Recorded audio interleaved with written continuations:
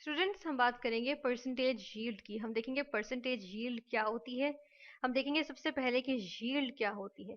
Yield होती है कि हमारे पास कोई चीज़ प्रोडक्ट के तौर पे निकल आए, ठीक है। तो हम यील्ड को एक्चुअली जो केमिस्ट्री में देखते हैं तो वो हम इस तरह डिफाइन करते हैं कि अमाउंट ऑफ द प्रोडक्ट जो हमें ऑब्टेन होती है, ठीक है, जो हमें हासिल होती है उसको हम कहते हैं यील्ड। यानी कि हम केमिस्ट्री में डिफरेंट हम प्रोसीजर्स करते हैं, एक्सपेरिमेंट्स करते हैं, ठीक है। जिस तरह से मेरे पास एक रिएक्टेंट था ए, एक केमिकल था ए, ठीक है, उसका रिएक्शन हुआ किसके साथ, बी के साथ, ठीक है। तो हमारे पास क्या चीज आ गई, हमारे पास आ गया एक प्रोडक्ट आ गई जिसको हम पी कहते थे, ठीक है। एक रिएक्टेंट ए ने दूसरे रिएक्टेंट बी के साथ, यानी रिएक्टेंट्स क्या जो रिएक्ट करके कोई हमें जो है वो अलग सी एक चीज दे देंगे केमिकल रिएक्शन के नतीजे में, ठीक है। तो ये केमिकल रिएक्शन हुआ ए और बी का, ठीक है, जो कि रिएक्टेंट्स थे, और एक अलग चीज बन गई जिसको हमने कहा प्रोडक्ट, ठीक है। इसको हम पी से रिप्रेजेंट कर रहे हैं। तो यहाँ पर हम ये देखते हैं कि जब हम एक्सपेरिमेंट करेंगे उसके बाद हम इस पी को जो है वो क्या करेंगे, हम इसको जो है वो वे कर लेंगे, ठीक है। हम इसको जो है वो वजन कर लेंगे, वे कर लेंगे, ठीक है। इसका जो है वेट देख लेंगे या इसका मैथ देख लेंगे, ठीक है। तो जो इसकी अमाउंट हमें हासिल हुई होगी, ठीक है, जो अमाउंट हासिल हुई होगी इसकी इस बैलेंस्ड इक्वेशन में हम देखेंगे। लेट्स सपोज कि ए के कितने मोल्स यूज हुए थे, ए, ठीक है। अब ए जो है ये भी अमाउंट मेजर करने का जो है वो एक हमारे पास मेजर करने का यूनिट होता है मोल्स, ठीक है। तो हम कहते हैं स्मॉल ए जो है वो मोल्स हैं कैपिटल ए के, ठीक है। जबकि स्मॉल बी मोल्स हैं कैपिटल बी के, ठीक है। जबकि स्मॉल पी जो है वो हम कह देते हैं कि मोल्स हैं कैपिटल पी के, ठीक है। तो हम कहते हैं कि जी हमने वे किया, ठीक है ना, पी जो हमारे पास आया इसको हमने इसकी अमाउंट को वे किया, ठीक है। और हमने जो है वो कहा कि हमारे पास जो अमाउंट आई है उसको हम क्या कह देंगे, उसको हम कह देंगे यील्ड, ठीक है। यानी हमें जब जो अमाउंट हासिल होती है उसको हम कहते हैं यील्ड, ठीक है ना। एक हमने किस तरह से किया, एक हमने डायरेक्ट कैलकुलेशंस। हम क्या करते हैं, हम यहाँ पर देख लेते हैं कि हमने सबसे पहले एक चीज हम जो अब तक देखते आए हैं वो क्या है, स्टोकियोमेट्रिक कैलकुलेशंस, ठीक है। स्टोकियोमेट्रिक हम लिख लेते हैं यहाँ पे, स्टोकियोमेट्रिक, METRIC, ठीक है, स्टोकियोमेट्रिक कैलकुलेशंस, ठीक है। स्टोकियोमेट्रिक कैलकुलेशंस के बारे में हमने क्या देखा था कि इसमें हम जो है वो देखते हैं कि अगर इन तीनों में से किसी एक की भी हमें अमाउंट दी हुई हो, चाहे मोल्स में दी हुई हो चाहे मैस में दी हुई हो, ठीक है ना, तो हम जो है वो क्या कर सकते हैं, हम उससे इन बाकी दो की जो है वो बाकी जो रिएक्टेंट्स या प्रोडक्ट्स में से जो बाकी दो चीजें हैं उनकी हम क्या कर सकते हैं, फाइंड कर सकते हैं, मोल्स भी, और जो है वो क्या चीज हम जो है वो मैस भी फाइंड कर सकते हैं, ठीक है। तो वो स्टोकियोमेट्रिक कैलकुलेशंस के थ्रू होता है। यानी कि उसमें हम देखते हैं कि ए मोल्स ऑफ ए जो है वो बी मोल्स ऑफ बी के साथ रिएक्ट करके पी मोल्स ऑफ पी बना रहे हैं, ठीक है। तो ये एक बैलेंस्ड केमिकल इक्वेशन होगी, ठीक है। क्योंकि साथ जो की कोफिशिएंट्स आते हैं ये क्या होते हैं, ये जो है वो हमारे पास जो है वो इनको बैलेंस करने के लिए यूज होते हैं इक्वेशन को, और ये मोल्स होते हैं, ठीक है, नंबर ऑफ मोल्स होते हैं। फिर हम ये देख लेते हैं कि एक हम स्टोकियोमेट्रिक कैलकुलेशन से करेंगे, ठीक है। यानी कि जो हमने किया स्टोकियोमेट्रिक कैलकुलेशन से हमने जो है वो इस चीज को निकाल लिया, ठीक है। ये हमने वेट जो है वो निकल आया, ठीक है, ये हमारे पास आ गया। इसको यहाँ से हम रिमूव कर देते हैं, प्रोडक्ट पी का निकला है, ठीक है। यहाँ पे हम लिखते हैं ये किसका है, प्रोडक्ट पी का, ठीक है। यहाँ पे हम इधर लिख देंगे प्रोडक्ट, ठीक है। और दूसरा क्या होता है, दूसरा होता है हम एक्सपेरिमेंटल मेथड करते हैं, ठीक है। हम यहाँ पे लिखेंगे experimental method, experimental method. Let suppose जी मैंने एक चीज ली है ए, ठीक है ना। पहले मैंने एक रिएक्टेंट लिया ए, उसको मेजर किया, ठीक है। उसके ए मोल्स मैंने मेजर किए, ठीक है, वो निकाले। फिर मैंने जो है वो ए उसमें फिर मैंने क्या किया, बी का बी रिएक्टेंट जो था वो लिया, उसके बी मोल्स जो है वो मेजर करके निकाल लिए, ठीक है। इनका रिएक्शन करवाया मैंने, बाकायदा लैब में रिएक्शन करवाया इनका, ठीक है। और उसके बाद मेरे पास क्या हासिल हुआ, मेरे पास जो है वो प्रोडक्ट हासिल हो गई, ठीक है। मेरे पास जो है वो पी मोल्स, सॉरी, मेरे पास प्रोडक्ट हासिल हुई है, ठीक है। अभी मुझे नहीं पता प्रोडक्ट कितनी है, ठीक है। मैंने फिर क्या किया, मेरे पास जो है वो वेट बैलेंस मौजूद था, ठीक है। उससे मैंने क्या किया, इसकी अमाउंट को जो है वो वे कर लिया, ठीक है, कि कितनी अमाउंट इसकी आ गई है। तो जो वे किया या अमाउंट जो मैंने निकाल ली उसे क्या कहेंगे, यील्ड, ठीक है।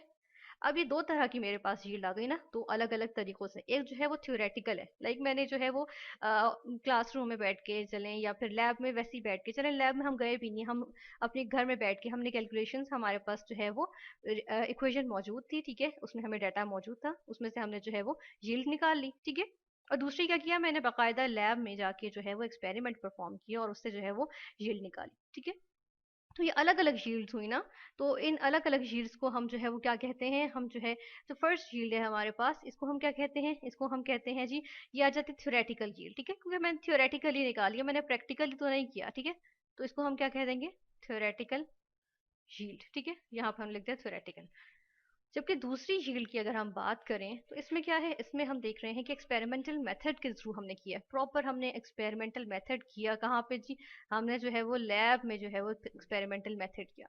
तो इसको हम कह सकते हैं एक्सपेरिमेंटल शील्ड। ठीक है, यहाँ पर हम लिखते हैं एक्सपेरिमेंटल यील्ड। ठीक है, ये इस तरह से आ गई।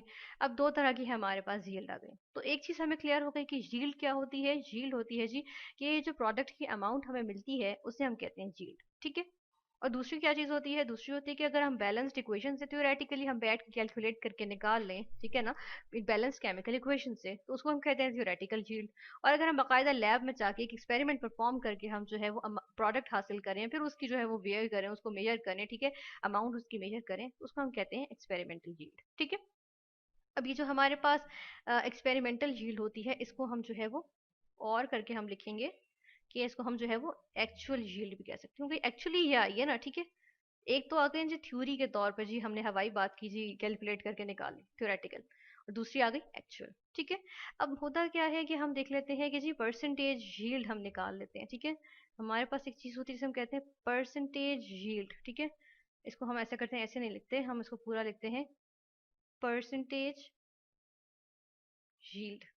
ठीक है, परसेंटेज यील्ड निकालने से क्या होता है, हमें पता चल जाता है हमने कितना एफिशिएंटली काम किया है।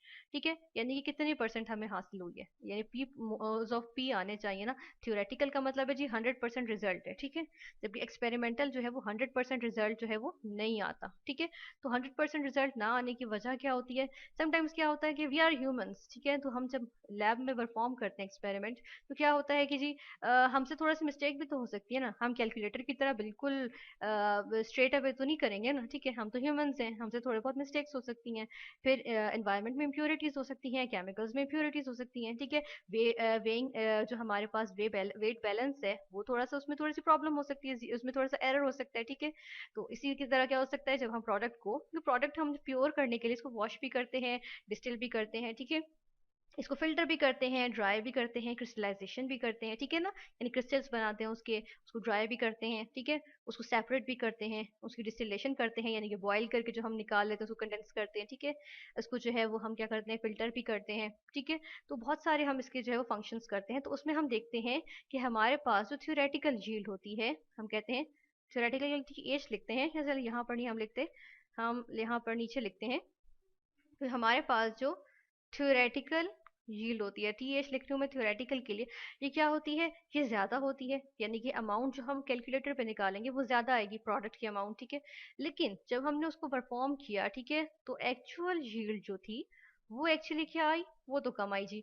तो वो कम आई, तो इसका मतलब क्या है, इसका मतलब है कि हमने जो है वो थोड़ी बहुत गड़बड़ बीच में हुई है। ठीक है, तो ये हमने देखा कि प्रैक्टिकली जब करते हैं तो यील्ड कम आती है।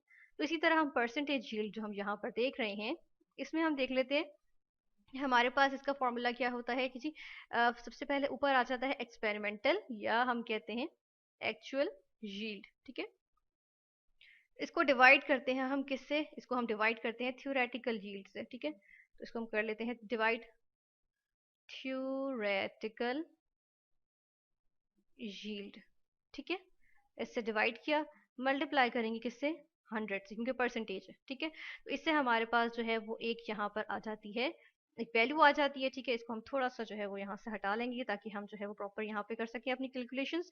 ठीक है, यहाँ पर हमारे पास जो है वो आज जो भी परसेंटेज आ जाती है वो परसेंटेज में हमारे पास जो आ जाती है। ठीक है, इससे हम क्या चीज़ मेजर कर सकते हैं, इससे जो है वो हम रिएक्शन की एफिशिएंसी को मेजर कर सकते हैं कि रिएक्शन जो है वो कितना एफिशिएंट है।